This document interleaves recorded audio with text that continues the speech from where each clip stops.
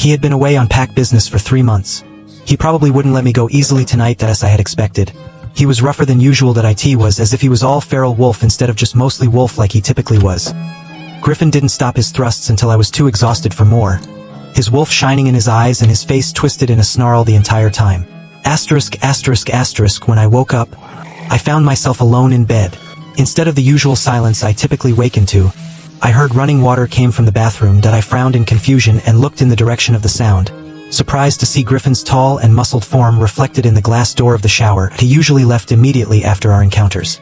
No goodbye, no waiting for me to wake up. I struggled to sit up, my body spent from hours of lovemaking, and I quietly waited for the man to come out. A few minutes later, the water stopped, and Griffon came into the room. A towel wrapped around his waist. Water droplets from the tips of his dark hair fell onto his bronze skin, slowly sliding down his well-defined abs.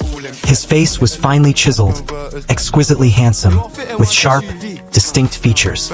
His eyes, almond-shaped and hazel in color, were aloof and distant, deep and unreadable. Even in his human form, his dark wolf side showed through, creating even more of an enigma surrounding the Alpha.To everyone else.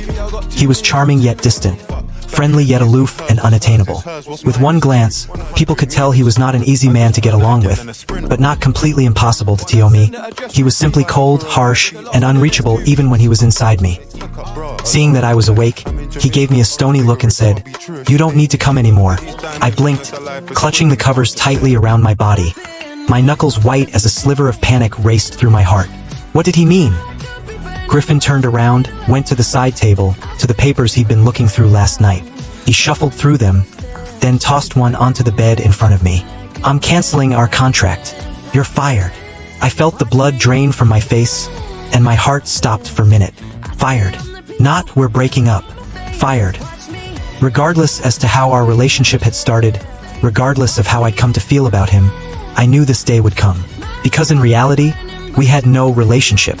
We were employer and employee, and I served only one purpose for Griffon. Nonetheless, his words stung. I'd never expected that he would end things so abruptly. I thought I'd have more time.